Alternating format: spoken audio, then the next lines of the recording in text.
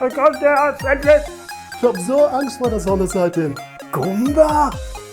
Niemand mag Buhu. Bastardfisch. Das alles jetzt in meiner Ranking-Show.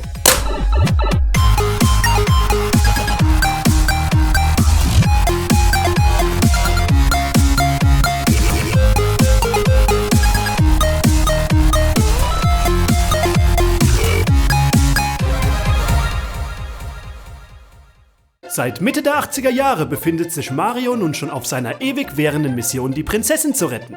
In über 200 Videospielen taucht der dickliche Klempner mittlerweile als Haupt- oder Nebenfigur auf. Mindestens so oft wie Mario seine Gegner dabei in die ewigen Pilzkönigreich-Jagdgründe schickte, musste er auch selbst daran glauben. Grund genug, um in der heutigen Folge von Spielemanns Ranking Show einen Blick auf die 5 tödlichsten Non-Boss-Gegner des Mario-Franchise zu werfen.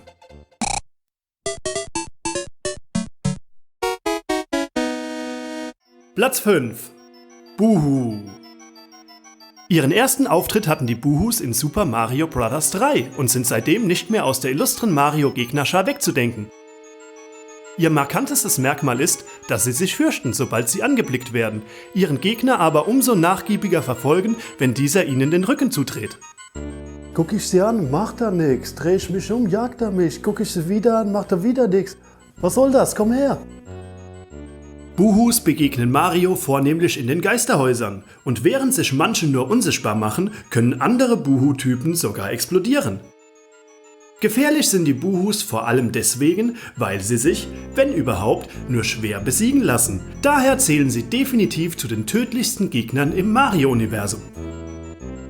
Manchmal glaube ich, niemand mag Buhu. Außer mir. Traurig. Platz 4. Die sengende Sonne. Die böse Sonne taucht zwar in nicht allzu vielen Mario-Spielen auf, verbreitet in Super Mario Bros. 3 aber dafür unheimlich viel Angst und Schrecken. Tschüss, ich hab so Angst vor der Sonne seitdem. Also auch wirklich in echt. Ich gehe nicht mehr raus. Ehrlich. Immer wieder versucht die Sonne in einer Art U-Bewegung den dicken Klempner zu treffen. Und bereits ein Hit reicht für das sofortige Ableben. Und dieser Blick, wirklich furchterregend. Das ist auch kein furchterregender Blick. Das hier ist furchterregend.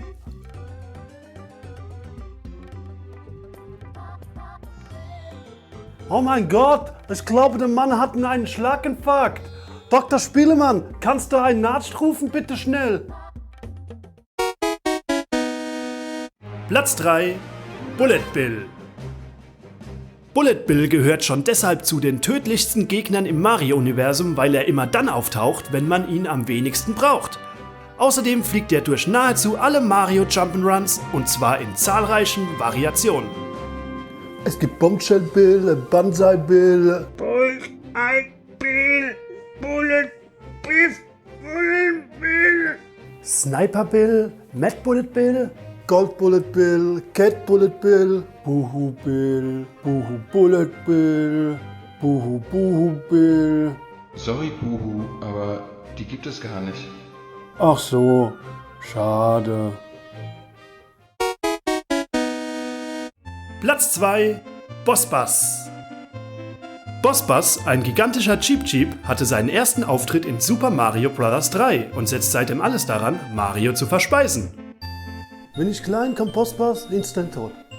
Habe ich Pilz, habe ich Feuerblume, kommt Bossbass, instant tot. Bastardfisch. Boss Bass lebt ausschließlich unter Wasser und kann durch Feuerbälle ausgeschaltet werden. Aber meist taucht er nach kurzer Zeit und mit dem gleichen Heißhunger wieder auf. Ein harter Brock. Das weibliche Gegenstück von Boss Bass hört übrigens auf den Namen Big Bertha und damit trägt es den Spitznamen von deiner Mutter. Zwinker-Smiley. Platz 1 der tödlichsten Non-Boss-Gegner in Mario-Spielen geht an Goomba. Aber nicht an irgendeinen Goomba, sondern an den ersten Goomba aus Super Mario Bros. Goomba? Das ist doch schon sehr überraschend, oder? Was ist das Problem? Also akustisch habe ich schon verstanden, aber nicht inhaltlich, Herr Dr. Spielemann? Die Erklärung ist denkbar einfach. Spieler, die nicht wussten, wie man Mario steuert. Was muss ich machen? Was muss ich machen? Spieler, die auf Start gedrückt und dann abgelenkt waren.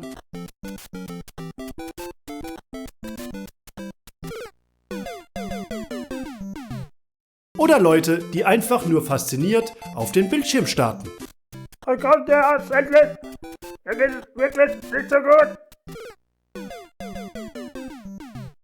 Alle wurden Opfer dieses ersten Gumbas, der Mario vermutlich häufiger gekillt hat als alle anderen Gegner zusammen. Das sind meine persönlichen Top 5.